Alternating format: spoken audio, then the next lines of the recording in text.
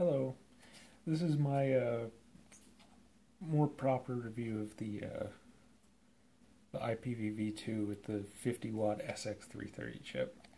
Earlier I did a first look at it because there really wasn't anything else on the internet.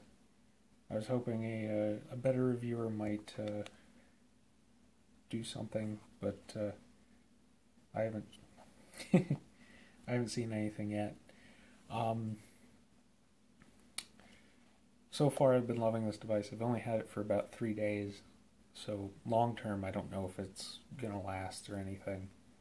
But I've been vaping it exclusively for those 3 days, and I haven't even really wanted to use my mech mods. And this is my baby. But yeah, right now I have some cold fusion snake bite that I have just a small sample of it. It's 50/50 PGVG, and that's what I'll be using for this review because I've run out of stuff that I really like because I spent all my money on this.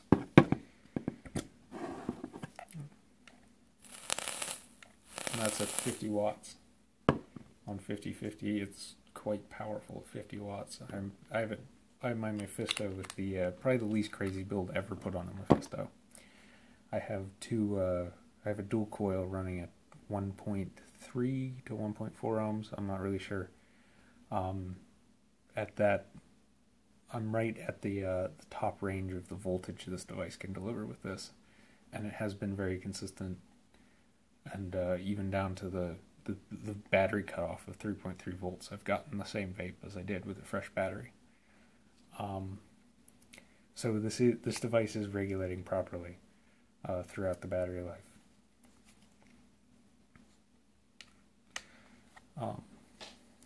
To turn the device on and off, you press the power button 5 times. I don't know, it's hard to see. Pioneer for You logo shows up, turns back on, IPV V2, and you're ready to go. You're just up and down with the plus and minus buttons, very simple, no like gravity sensor tomfoolery here.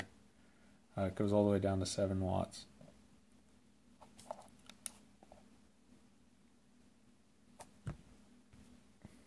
It's difficult to get the exposure right, but I think you get the idea what's on the screen. I'll add in a picture of it so you can get a nice close idea of what it is. It has this panel on the side. It just has stars on it for some reason. The panel does nothing, as far as I know. There's no purpose for it. I guess maybe to save aluminum, because the body is aluminum. It's very nice. It's very solid. The fitment's good. It's not as comfortable as a Hanamod's box, but it's nothing you could complain about. It feels pretty nice in your hand. They kind of went for the iPhone look with the holes on the bottom and the chamfered edges. It looks very nice. The finish is pretty nice. I'm pretty sure it's some sort of like powder coat or paint finish, even though it looks like anodized aluminum. Some people have been concerned about this getting scratched. I'm not too concerned. It seems to be holding up. I did get a little scratch right down in here because I did strip one of the screws because I used the screwdriver that came with it, and it's... No, just don't use that. I use a real precision screwdriver. Like, if you go to the hardware store, they should have these blue ones. That's 00. Probably can't read it anymore. I've had this one for a while. But a 00 precision screwdriver, every vapor should have one. Good tools make your life easy. On the bottom here we have a bunch of holes for venting. Maybe cool with the chip. I mean, if the battery vents, there's more than enough venting available. You have the USB mini port, and it's inside enough in there that you shouldn't have any problems with it breaking off. It should be protected by the metal case. I have played around with it and abused it a little bit just to check, and it seemed really solid. It lights up red on those top 3 holes when it's charging, and when it's done charging it turns off. It doesn't turn off fully, it still glows red a little bit. I'm guessing that's just like some diode leakage on the board. It's just a minor thing, but I thought I should mention it. They do say in the back of the manual, in like a tip section at the bottom, that you shouldn't vape it while you're charging. I tested it for a little bit. It didn't seem to do any harm. It didn't do anything funny. It's up to you whether you want to tempt fate with that. Again, it's in the back of the manual in a tip section, way at the bottom. They could just be saying that because they don't feel comfortable with it.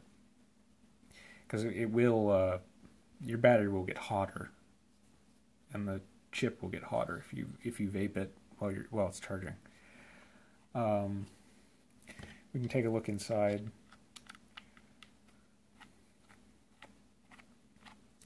Also, something I did get wrong in my first video is I said it had a down voltage. It doesn't. It has a bypass, but it doesn't tell you when it's doing it, which is frustrating. I'm going to drop the back. I did do some scratch tests on this back. I really had to dig into it with like a little screwdriver to scratch it. I don't know if you can see any of the scratches. Yeah, you can see them right there. But yeah, I really had to dig into it, so I think the finish is pretty good. In here you just have a black plastic shield around everything, and you have an 18650 battery, which I'll take out right now, just to show you. And you have your spring down here. It has a little metal post soldered directly to the wire underneath it to give it a better connection, because you are drawing about 20 amps from your battery in like the worst case scenario with this device, like when it's low on voltage. And you just have a plate up here on the positive side. It does have reverse battery protection. I will not test it because I just bought this and it's my baby. It's my toy. But yeah, it all works really nicely. It feels nice.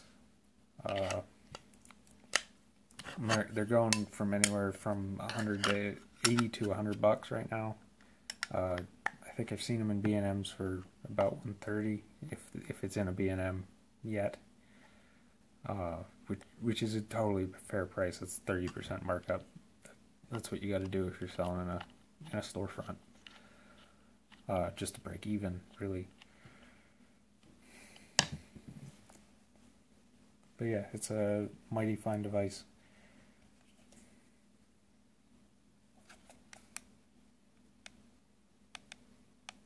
Oh, gotta turn it back on. One thing is when you take out a battery and put in a new one, it resets itself to 15 watts. Which is a little bit of a pain, actually.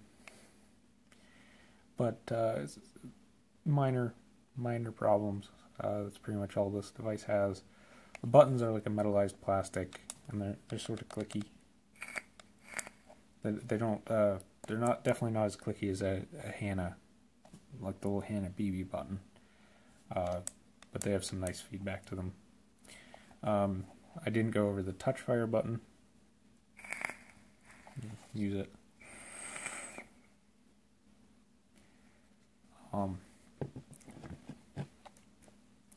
Yeah, and battery life, I've been going about a day with a single VTC5 on this.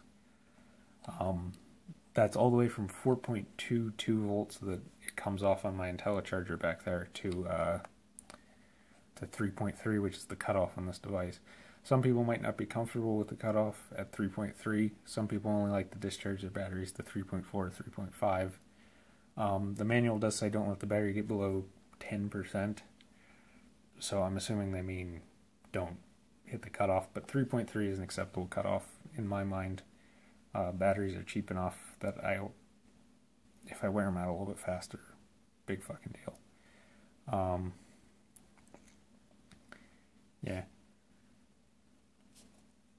quite nice. And for size comparison, here's a 18650, and here's a Tarsius 49. It's quite thin. It's almost just the width of a 18650 battery.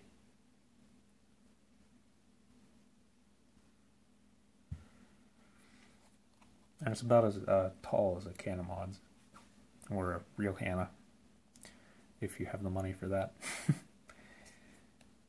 But yeah, that's my slightly less janky review of a very great device.